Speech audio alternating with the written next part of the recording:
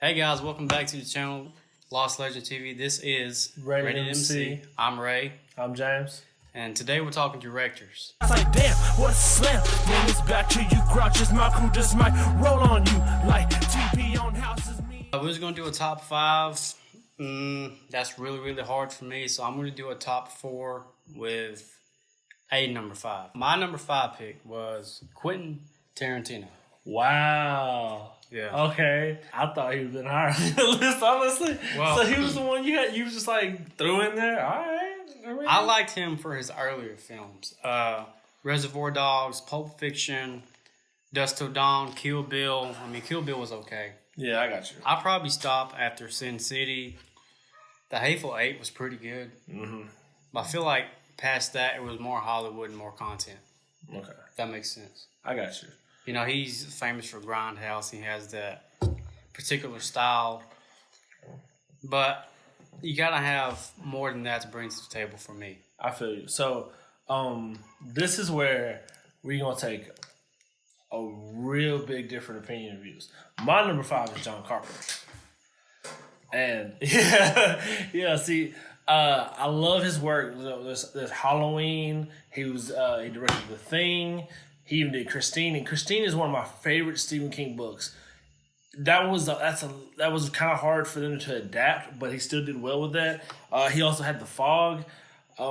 He's an amazing director, and for him to take Halloween, which was one of the lowest budget movies ever, to like make how much did it make the first one?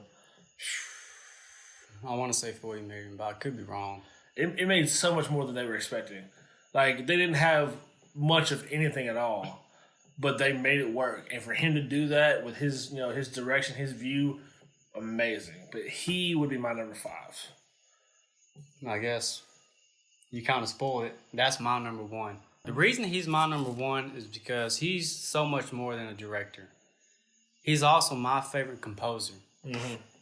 If you do research, he's composed, and this is probably an accurate estimate, 98% of his films. Yeah. I love the score to Christine. Everybody loves Halloween. Yeah. But my favorite soundtrack is the Halloween from 2018. Yes. He took the classic soundtrack and he did it again. He's, to me, like the MVP.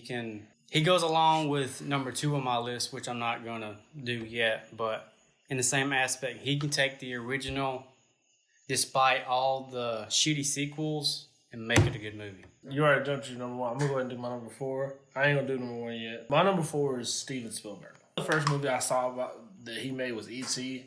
And E.T. was amazing. It's hard to limit like five good movies by Steven Spielberg, but there's Jaws, there's E.T., the Indiana, like Raiders of the Lost Ark. You know what I mean? He was also my number four. Oh, so look, there we go. Yeah. The few movies that I don't like by him, I really don't like. Like the new Indiana Jones, the last one, that was awful. It's really hard for any series to take that long of a hiatus and make a good movie. He has a great resume this long. Mm-hmm. Not only is he a great director, he's also a great executive producer. He helped produce Goonies, Yeah.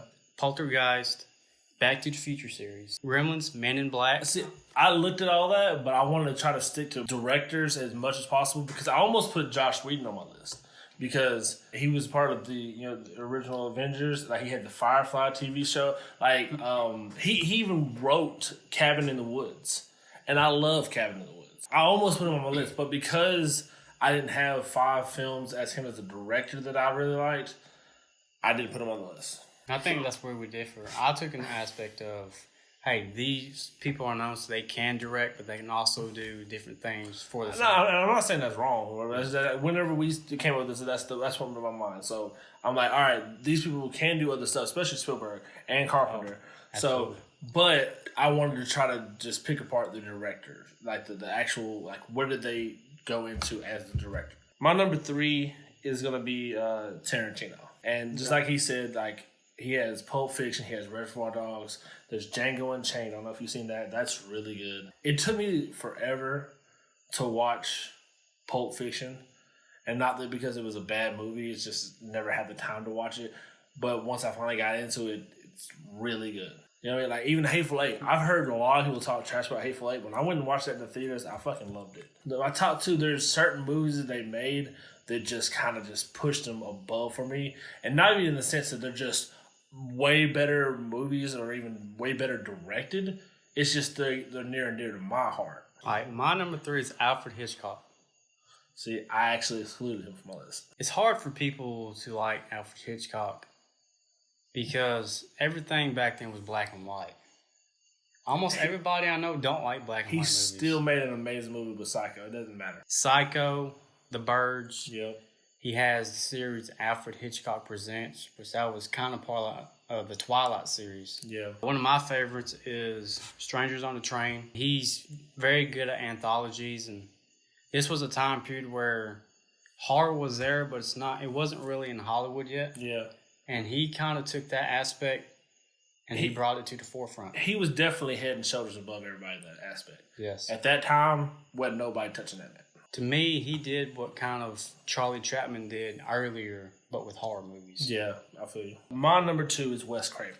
I'm not as huge a fan of the Nightmare on Elm Street series as my cousin is. There's a couple that are just like, we don't really need those. But like the first one was so great. And then he also had the Scream series. Yes. And I fucking loved all of them. Besides 3. I mean, if we didn't have 3, that would have been amazing.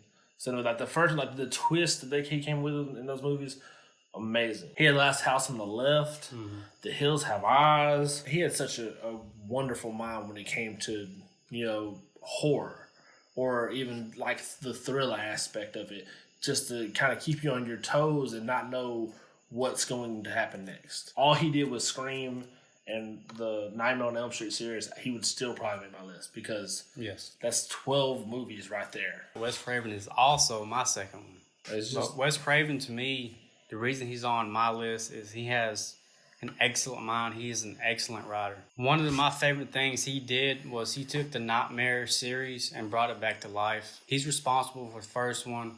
I didn't really care about any of the rest of the sequels. I mean, I'll watch them. I love Freddy regardless. yes. We'll see, bitch.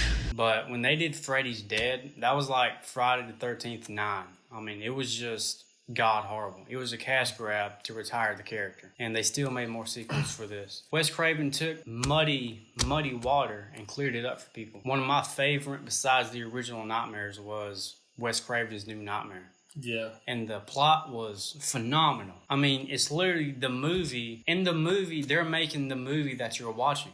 And they're bringing Freddy into the real world. It don't have a whole lot of special effects, really a lot of good kills, but the story of Freddy Krueger returning to in this new form, not Robert Englund, but Freddy, the entity himself. Robert Englund did an amazing job as Freddy. I've been guarding my gate for a long time, bitch. To me, he's the only Freddy. You already know what his number 1 is. I knew that before we even made this list. My number 1, and I honestly didn't think he was going to be my number 1, but a friend of mine at work kind of pointed out some of the other movies, and for some reason they just didn't pop into my head like this.